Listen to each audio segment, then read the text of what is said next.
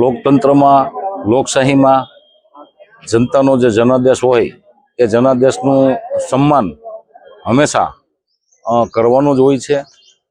સાથે સાથે જે ઉમેદવારો ચૂંટણી જીત્યા છે આમ આદમી પાર્ટીમાંથી અને જનતાએ એમને પોતાની સેવા કરવાની તક આપી છે, તો એ તમે ઉમેદવારો જે વિજેતા બન્યા છે એમને હું શુભકામના પાઠવું છું। સાથે સાથે જનતાની સેવા કરે અને જનતાને ગમે ત્યારે પણ તકલીફ હોય, વેદના હોય કે કાંઈ કામકાજ હોય તો લોકોની સેવા કરે એવી મારી સર્વે વિજેતા ઉમેદવારોને મારી શુભકામના છે।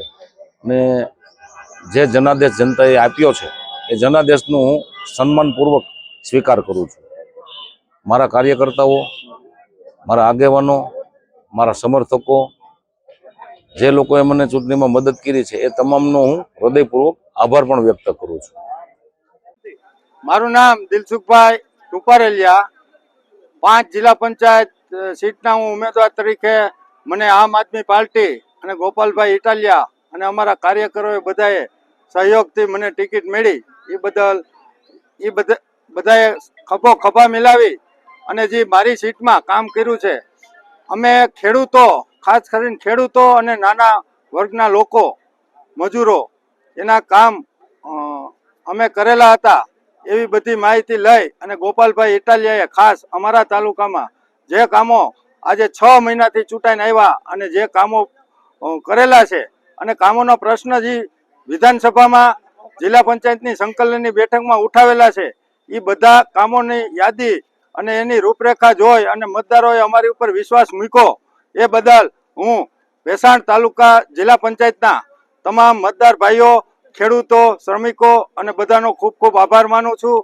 અને અમે હવે પછી અમારી જિલ્લા પંચાયત અને તાલુકા પંચાયતમાં અમારા ઉમેદવારો ચૂંટાઈને આવશે ત્યારે અમે ખાસ કરીને ખેડૂતો અને મજૂરોના અમે કામ કરતા રહેશું અને નાના મોટા એવા કામોમાં અમે દિલથી અને બધા ખભે ખભો મિલાવી સાથે રહી અને કામ કરવાની કોશિશ કરશું। જય હિન્દ, જય ભારત।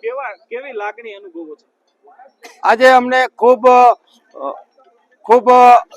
ખુશીનો માહોલ અને લાગણી અનુભવાય છે કે અમારા ધારાસભ્ય ગોપાલભાઈ ઇટાલિયા જ્યારથી અહીંથી ચૂંટાઈને ગયા ત્યારથી અમારા વિસ્તારમાં એના આટોફેરો ભલે ઓછો હોય પણ લોકોનો વિશ્વાસ બહુ મજબૂત ટકાવી રાખ્યો છે। અને અમારા ગોપાલભાઈ ઉપર અને અમારી પાર્ટી ઉપર જે લોકોએ અને મતદારોએ જે વિશ્વાસ મૂક્યો છે એ વિશ્વાસને કાયમી માટે ગોપાલભાઈ યાદ રાખશે એવી અમે ખાતરી આપી છે। લોકોએ જે આપની ઉપર વિશ્વાસ મૂક્યો છે અને આગળના કામ કેવા કરવા માંગો છો?